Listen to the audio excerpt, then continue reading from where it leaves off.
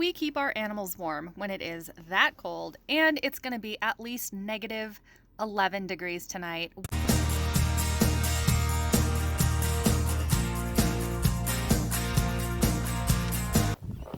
Hi guys, Wendy from Bald Knob Farmstead. I know it's been a while. Not a whole lot going on other than the fact that we have a ton of snow, more snow this early in the year than I've ever seen. What do we do when it gets ultra cold, super windy? How do we keep the animals warm? Well, let me show you.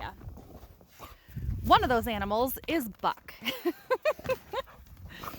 Buck here. Oh, sorry, buddy.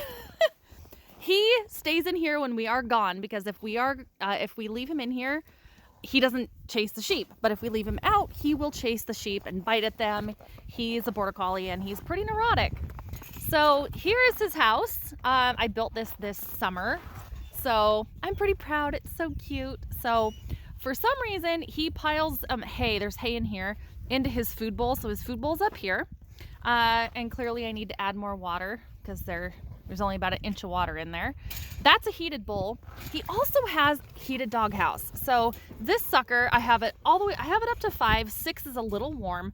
I turn it on every day, and it's good for 24 hours, and it stays nice and warm in here. He has his little curtains. Fancy in the pantsy. So here's his house. He, for some reason, hates laying on the hay. So there's his heat pad. He pushes all the hay over here. He doesn't lay on it. So for whatever reason, I don't know what it is, he hates sleeping on the hay. Maybe it makes him itchy, but he loves his little doghouse. Keeps him warm. So the horses. I'll show you the horses, but I'm not really going to show you how we keep them warm because we don't really keep them warm unless they get wet.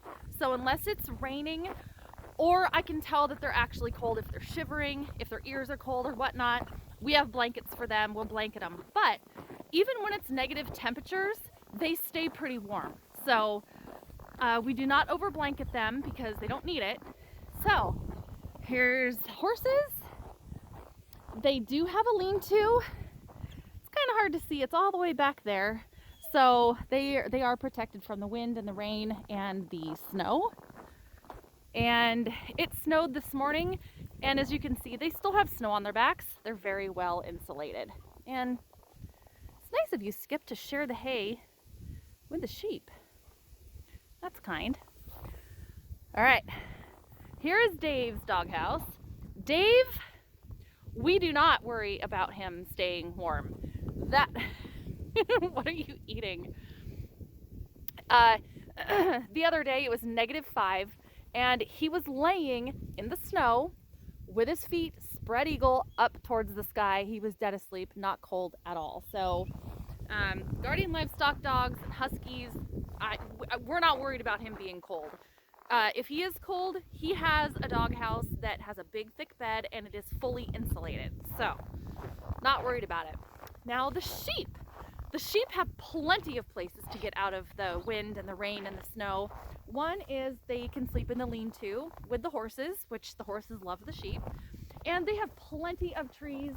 They have, by the pump house, they have a whole bunch of areas that they can go to get out of the wind, the rain, and the snow. However, they are pretty... Oh, somebody's in heat. Yeah, you get her, boy. That's his girlfriend for today, apparently. Where is Mabel? Mabel is, I don't know where Mabel's at. Mabel's out there. I was going to show you their coat. But just by looking at them, that is a fluffy sheep. So they have more than enough wool to keep them nice and toasty. The other one here is Duncan. So Duncan, his fur is super, super, super thick. We don't worry about him getting too cold. He is a Black Angus cow, so they're kind of built for cold weather. What they can't handle is being too warm. So he has a pretty good pack of bedding, and I refresh the bedding actually every single day.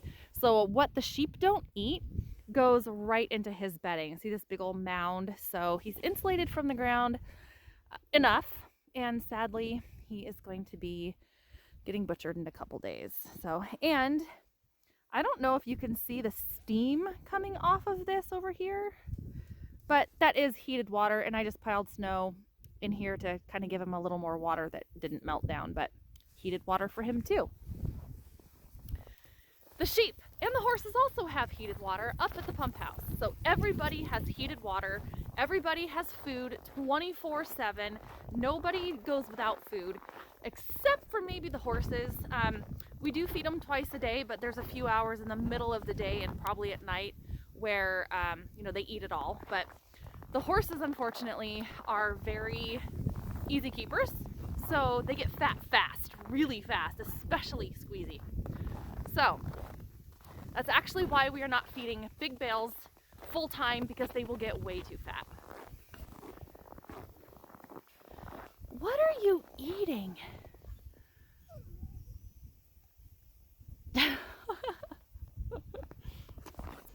Okay, I had to come in for, well, a few different reasons, actually. One, because just those few minutes that I was outside in this cold and the wind, it drained my battery. So I just got off work. It's about 4:30, so it's starting to get dark. The sun's going down. So I got off work and I came up to do chores because we're not staying up here. We can't stay up here when it's cold. We have an apartment in town, so I come up every day to do chores. Well, it's so dang cold. It's 3 degrees right now, and it drained my battery. So when I got out of the car, I checked my phone, 56% battery. Okay? Within just those few minutes of recording, 0 died. So anyway, I have to record the chickens. So I'm warming up. I was gonna wear my naughty Santa hat when I was recording, but couldn't keep my ears warm enough, so I did come in and get my hat that covers my ears. But I would have been wearing this. It says nice on the other side. Isn't that cute? Cute. I love it. It's great. I'm always gonna wear the naughty side. Now, I want to give a shout out to Folgers, not a sponsor. When I come up and I want a cup of coffee, they have these little things. They look like little tea bags. They're coffee tea bags. So I just put a little water. I don't need to make a full pot of coffee when we're not here. So a tea bag in water, a little bit of creamer. Those Folger little single serving tea bag coffee things are freaking amazing. So thank you, Folgers, for being amazing. So I'm going to run outside really quick. My phone has been charging. I only have about 20% battery. So I'll fill you guys in, and then I'll show you the chickens, which I think, aside from Buck with his heated doghouse, the chickens probably have it the best. So I'll go out there and I'll show you real quick, but my phone is going to die, y'all. So quick update. No, I have not been filming for a while. I want to say a shout out to Laura. You are so sweet. You just sent me that really sweet comment the other day, which was amazing. Thank you. But my husband has a broken leg. He had surgery. He ripped some tendons and some tissue in his ankle. And so he's been out of commission. The plow truck had broke down temporarily. I'm the only one plowing. We got stranded up here, actually. We came up to do chores, got caught in a snowstorm, and we were up here for 4 days. Couldn't leave, couldn't get out. Had to pay a guy $800 to bring his bulldozer and clear us and the neighbor out. That was fun. We got about 2.5 feet of snow in less than a week. Most of that was in just 48 hours. That was nuts. That was in November, mid-November. We've never seen that much snow up here before since we've been here. It was a lot. So since my husband broke his leg, I'm doing all the plowing. And then our bobcat, our skid steer, if you've seen the videos, which I love, it broke down. The pulley, the crankshaft pulley, it was making a weird noise. And I looked at him and I said, "Do you hear that?" And so we checked on it, and the pulley was just doing this back and forth. And if you know anything about motors, they're not supposed to wiggle back and forth. They're supposed to go round and around, not back and forth. Turns out the key, it looks like a little half moon little key that slides onto the crankshaft, and then you slide the pulley on, put the nut on so it doesn't free spin. That wore a huge groove in the crank and the pulley. So now we're trying to do a quick farm fix. I'm going to have to fix it myself because my husband can't. Trying to think of everything in the book. We're going to have to put some sort of a sleeve, and I have some metal flashing material that I can double up, wrap around the crank, throw some JB Weld in those spots that are just worn out and just get it through winter, because we have to have that piece of equipment. If we don't, we are in Hurt City, and that's a lot of shoveling and, 6 or 8 foot tall piles of snow that I can't move with a shovel. I'm desperate. Please help. So, all right. Well, I'm going to finish my coffee. That's an update, guys. Not really a lot going on. We can't butcher any lambs right now. We have 5 because my husband is hurt and he can't get out there to do the deed.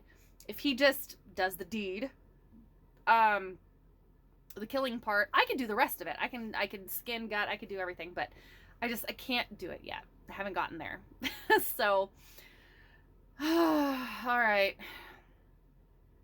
I'm going to get this done before the sun goes down, because once that sun goes down, it's going to get really cold. So, hey guys, support your local farmer. I'm going to, knock my phone down. I'm going to run out there real quick, show you the chickens, and I'll be finishing my coffee and run out there. Okay, it went down to 2 degrees and the wind is blowing, so I'm gonna hurry because I don't want my phone to die. I'm gonna talk really quick. All right, so we have 2 chicken coops. We had 3 this year. We had the meat pen, which is no longer because we turned everybody loose together because it made more sense. So here's the one big chicken coop. This tube is full of chicken feed and we were getting just annihilated by the birds. So I put that little end on it so the chickens can get in, but the quail typically don't get in there and just eat everything. That is a heated water bowl. Oh man, we're a little frozen in. All right, heated water bowl. Oh goodness. Okay, and then we put food in this in the summer. So here's what we call the turkey house, because this used to be the turkey's house. And the guineas and everybody. So here's their heat light and all of their bedding and their hay. They also have a nesting box. Hi, Ashley. Most friendly rooster ever in the whole wide world. He actually loves to be held and cuddled. So there's the nesting box. But yeah, they're in here all snuggled together in the deep hay. And then there's their summer nesting box, and then a couple A-frames for them to get in. Big coop. So then we are going to turn everybody loose together who is in this pen over here this summer. So this is the one we call the chicken coop. This is the original chicken coop. Yeah, a little bit of bird protection and the water bowl. Ow. And my camera stopped again. All right. Hi, Red. There's Red. There's Big Boy, our other rooster. So we had problems with the birds too, so I just left them a little opening. Here's their water. And they have a temperature control. I know it looks like hell. That looks like a big mess. And it is. It is a mess. I have to fix it. But it turns off at 45 because they really don't like it too warm.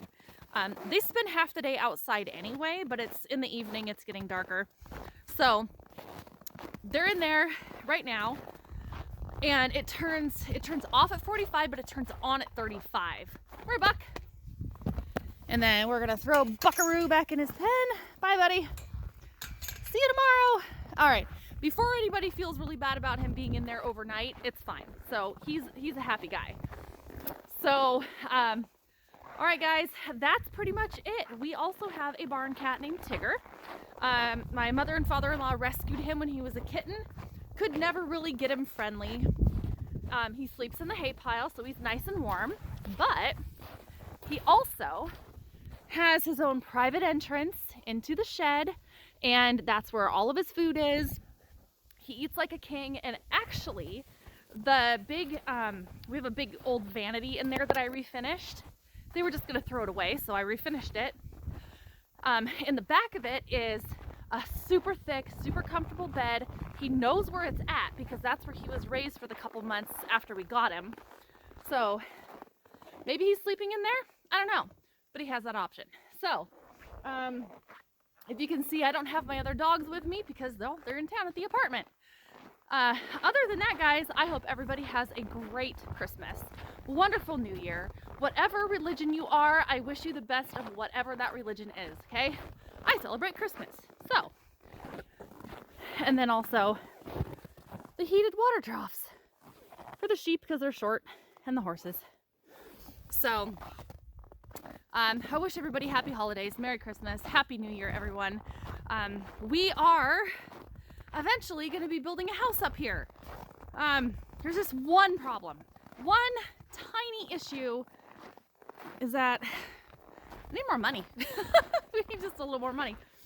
So we'll go over those plans when we start really planning. But hey, have a great day, everybody.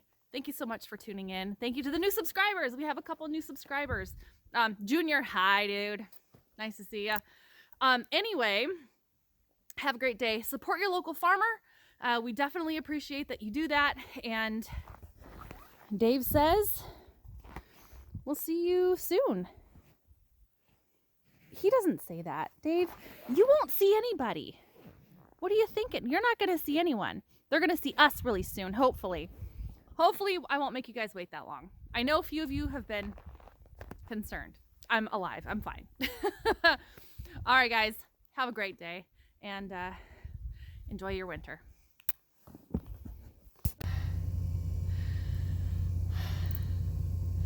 Do you see what I see?